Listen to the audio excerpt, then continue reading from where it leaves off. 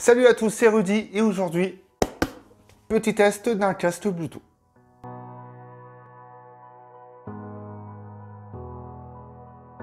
Avant de commencer cette vidéo, je tenais tout simplement à vous remercier. Ouais, nous sommes 10 000 sur la chaîne et rien que pour ça, un très grand merci pour votre soutien. Et ça me fait vachement plaisir et j'espère également que le contenu de la chaîne continuera à vous faire plaisir.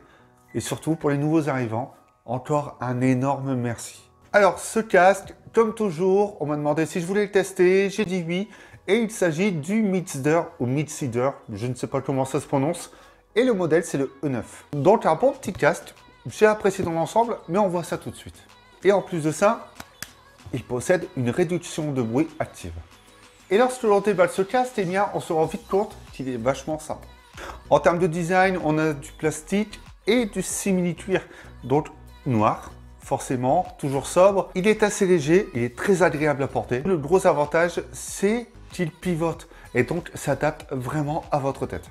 Il se plie également, donc il est très pratique à ranger. Et surtout, je parlais donc du fait qu'il soit agréable à porter. Et oui, la mousse et le simili-cuir intégrés à ce casque rendent celui-ci agréable. C'est-à-dire, on ne le sent quasiment pas. Et le gros avantage, si vous portez des lunettes, eh bien, ça ne va pas faire de pression. Et c'est ça le gros avantage. Vous n'allez pas avoir de douleur. Et ça, c'est un point fort. Parce que sur un casque, le confort, c'est assez primordial. On retrouve également plusieurs boutons, dont celui on-off et appairage, également volume et pour passer les pistes, un port micro USB, un port jack. Et oui, il y a des accessoires fournis avec, notamment ce petit accessoire, si je ne me trompe pas, c'est pour les avions, le câble jack et surtout le câble micro USB pour le recharger. Juste comme ça, les boutons sont assez accessibles. Par contre, le bouton Power, pour prendre un appel, pour mettre sur pause, etc., est assez compliqué puisqu'il est positionné un peu sur l'avant. Et donc, on a du mal à le chercher, mais après, on s'y fait. Et de l'autre côté, nous avons le petit bouton pour la réduction de bruit active. Alors, de base, ce casque est censé isoler naturellement. Ça fonctionne plutôt bien, mais la réduction de bruit active permet justement d'amplifier ça. Et on va en parler tout de suite après dans la partie audio. Pour l'appairer, je n'ai pas galéré du tout.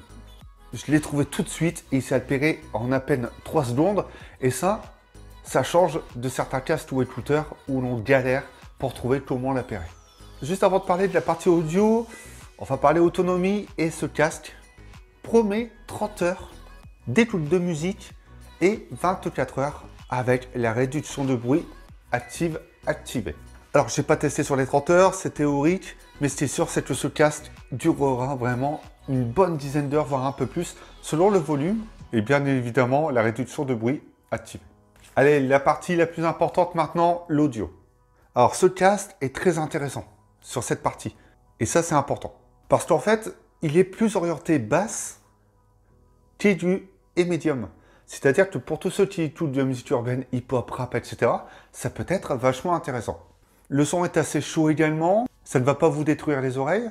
Il y a également une bonne signature sonore et de la recherche de détails. Par contre, le seul petit reproche que je lui donnerai, c'est qu'il n'est pas ultra puissant.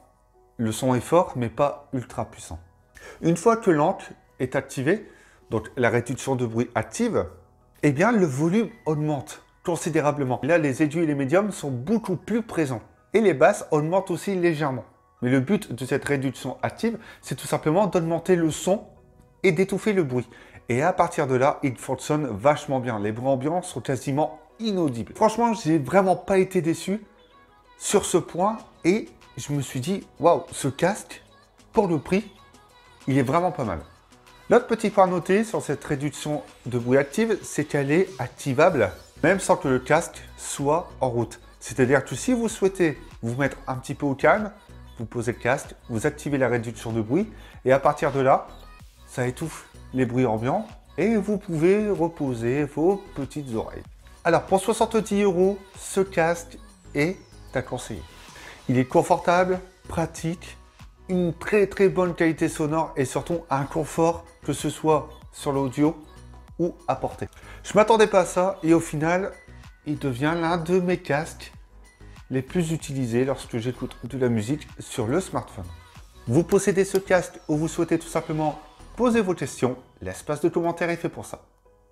Vous avez aimé cette vidéo? Eh bien, n'hésitez pas à liker, partager et même vous abonner. D'autres tests sont disponibles sur la chaîne Avis Mobile, mais également sur le blog avismobile.fr. Et on se donne rendez-vous pour une autre vidéo. Pendant ce temps-là, moi, eh bien, je vais continuer à m'ambiancer.